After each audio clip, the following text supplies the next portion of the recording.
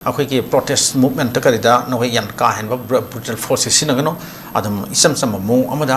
नखोइना अदम कनो डिस्पर्स तो बया बमोंग न तो अदुगा लांग दबि खोत दबि करी क्रा तो बुदि वरी नो वताइ दो अदम सानो अदुगो उनगे चीफ मिनिस्टर उनगे मखोइ मेमोर दम पिसन के क्वेश्चन के हाइबा अदम खरा इंग तप न मखोइ खरा खनकलगा अदम पुरो हाइम सिम लेदना ताजिदा सिमगी मोंग सिदा खरा ट्रीटमेंट स्टाइल से खितंग होंदोपम चंगी हाइतारे अदु सुनन तबिदा प्रोटेस्ट म तौरे मूवमेंट म तौरे मैम लाए मी लिंग क्या लाए खोजंग खोचत चलहौरे अदु तौरे हाना हारगा अस अदुदि अदुम ब्रुटल अरेब फोर्स के लोन थोओ कमांडो पुनम थाजिलो अदगी केनो आईआरएफ पुनम लोन थाजिलो आरएफ लोन कौरो सीआरपीएफ लोन कौरो असम राइफल सु यौहलो गाना तौरगा तौबगी मौंदमक्ति खितंग कनो तौद्रा हाइतारे मधुमति तहनिंगद्रा हाइतारे अदुना सिगी अखोई प्रोटेस्ट मूवमेंट से मसी कमदौना मसी अखोई कंट्रोल तौगदगे मधु डील तौगदगे हाबसी खितंग अखोई केनो सिक्योरिटी फोर्स की मखोई केनो दा मखोई डीलिंग दा मखोई टैक्टिक्स दा खितंग ह्यूमन ओहनबा हाइतारेने खितंग ह्यूमन ओहनबा मौंदा तौबिद्रगदी सिमुई केनो से पोर्ट से अदुम लाखनेना आई हाइजनेंगी अदुगा अमरोंदा केनो ने वाफम अमतंग फोंगतोसनेंगे केनो तजदा हजिक अखोई गवर्नमेंट्सना ऑनरेबल चीफ मिनिस्टर 𝐍𝐀𝐿 लमजिंग मखादा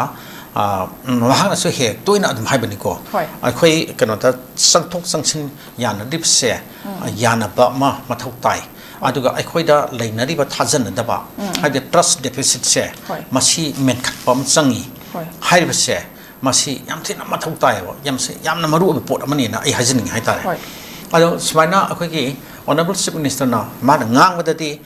केनो से मार्क्स यामना सांग ngang द मी अमने अदुगा लेसी लेथोन हापतना खोतना मियामबु सुमतनबा पेलहनबा आदि खुबा खुन अमनी हाइदना अखोई डायलॉग की स्टाइल द करिदा अखोई ड्रामाटिक के एक्टिंग ग यावरग खोल ngang बस माजे कैस तोक दबने या इसम समने स्ट्रेट फ्रॉम हिज हार्ट हाइताने मागी थमोय दे थोरक वखल दो अदो अदम तेंतक नमासे अदम थम्बनेबा अदुना मयामना दे तम खरा ब्लंट ओयना अदम हाइबा अदुसु मांगोंददि मागी थमोय दे थोरक वखमनि नने मदु मीनिंगफुल दि याम लेय हाइतारे यामना मीनिंगफुल ओय हाइतारे अदुना हजिक मान हे हाइद वखमसे आइखोय संथोक संसिन याना दिबसे हाना यानाबा थाजन दिबसे हाना थाजन हनबा अमा मथौ तायन हाइरिसे मसिदि से माहकसे वर्क तौरी हाइबसे अखोई अदमान खल्ली हाइतारे तौरदेब मनुष्य लेते सुंसय सर तनमनी केनोनी अखोई लेबाक अखोई स्टेट की चीफ मिनिस्टर निदना होय महाकना चीफ मिनिस्टर ओरपगी तांजा सिबुती अखोई खितंग केनो तौरगसु यामना चीरब तांजा मदा ओइरगसु अदुगा मागी मांगदा मागी टेन्योर से मतम से सांगना लेत्रगसु मते खरा मतम खरा अतेन मतम ओरगसु लरिंगे मरक्सिदा मांगना करिगुंबा खरती manipur से तौरगे अखोई यानते फिल्म अखोई मणिपुर से टोटल पीस हंजिल लगे हाइब वखम से माउन खनबरा है ना अखोई आइदि खले हाइतारे आइदि कमदंग मान थुगाइ निंदुनु नत्रा अखोई चीफ मिनिस्टर अम ओरगबु लुसिंगबा अम ओरगबु कमाइ तौना सिगी कम्युनिटी अनि हाना इरांग खोखरे हेन तौननिसि अदुम हेना लॉकथो हननबा हेन ज्ञान हनदनबा हेन हाना सुनहननबा हेन इरांग थोनन करी कमाइना सिंगदोरिनो नत्रा अदुना मधु सिंबसु पामोय अदि सोना खनसु अमु हौरे केनो कामजोंग उखुल तौरिसिजु असिजु केसु थोनिंग अमोयबा अदुना माना सिंसो इसमके अखोई सान केनो शांति हबा केनो से पोट से पीस से मा सो एदम पामनिन खाली अदुना मा वर्क तो बहरमनी असिगे वर्क से तौनम फनबदा अदुना नि माना जिरबाम द अनिरक सलुबा अदिगे केनो दा कांपोपि फावरगा सेनापति मुसतपा उखुल मुसतपा अदि हजिक मांग से केनो तेंगपोल सकनि हाइरि अदि सुरासानपुर सकनि हाइरिदना अदि सुरासानपुर सनबि प्लान सि माथे तसरमक्ति याम चाउना लेरबजानि अदिगे असमदा तेंगपोल सकनि ना तबदा सुमखोइ करिबा ईस्टर्न विलेज वॉलंटियर गार्ड कइनो हाइबा ऑर्गेनाइजेशन मा अदुदि खंगदर कोनि सब साबदि अदुमा मन सिएगा थोक्तना खोत्रंगा तौगिबा कादो अदु अखोइ होय मान सकेन खलति अदुमा का केसु लेबो वा नति हाइतारेने अदि मणिपुर की गवर्नमेंट अमन लेगी गवर्नमेंट के चीफ मिनिस्टर अमन मसके हाइरदि नत्रा अदम सिक्योरिटी दा करिदा अदम अदाइदा कैसु कंप्रोमाइज तौनिया लेते हाइतारे अदना चपदि याम लाई हाबा पोटो अदु ngसागी फोर्स ना योमगा सिक्योरिटी फोर्स ना योमगा सपदो अदुगी पोटो तानिंगमोय माना यानबा नुक्सिनबा अखोगी कोऑर्डिनेशन पिनबा understanding लेनबा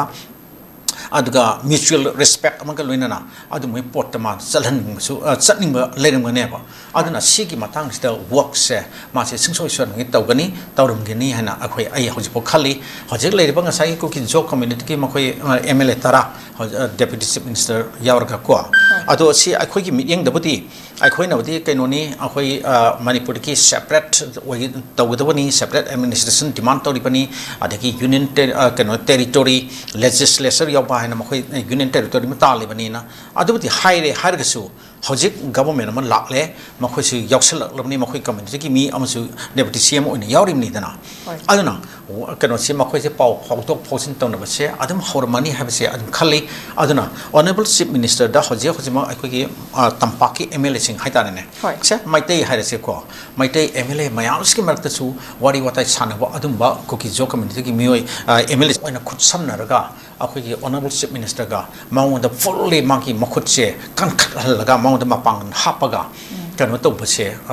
karhani asmaina yasin ba kano to nan ba haitar sangthok saksin to ya dibse yana na ba sigi work se khara hena khar kan khatna to ni magi apam do ai sum phonduk san mi wani da ta jira hoi khaga jeri oja